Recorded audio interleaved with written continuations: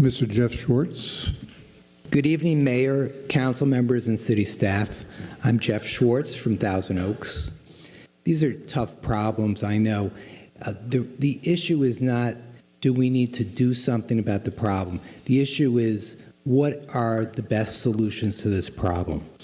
Rent control is a policy where government caps the rental price of units. This has political appeal because it seems like an easy fix, but few people know about the unintended negative consequences of government rent control laws. Rent control units have abnormally low vacancy rates because tenants know they're receiving a bargain and they don't move. This prevents turnover that normally occurs in healthy real estate markets. Newcomers or existing tenants not lucky enough to live in a rent-controlled unit have to compete for the limited remaining stock of market-rate housing. This raises the rents for all of us who are not living in a rent-controlled unit. Rent control may keep housing affordable for some, but it makes it less affordable for everyone else. There are numerous other negative unintended consequences of rent control. Rent control misallocates resources. It leads to under-maintenance of properties. It raises government compliance costs. It requires a bureaucracy to administer and enforce the rent control laws, and it stifles new construction. Another problem with rent control is that it violates private property rights. Our country was built on the principle of strong private property rights.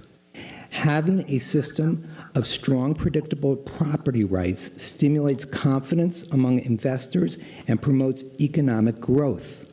Rent control laws interfere with this. Now, this does not mean that we should stop being compassionate to those in need. We should show compassion. We should want to help. But we need to start looking for alternative ways to treat our elderly and poor in a humane way that does not interfere to such an extent with our private property rights and our economy. The answer to this lies in free, voluntary action of individuals in our community, such as family members, friends, neighbors, churches, synagogues, or voluntary nonprofit organizations. We already have many voluntary organizations that are successfully improving our community. Examples include the Salvation Army, Rotary Club, Kiwanis Club, Lions Club, and Chamber of Commerce. We should take the lead from these voluntary organizations and push even harder to use voluntary means to help the poor and the elderly in our community.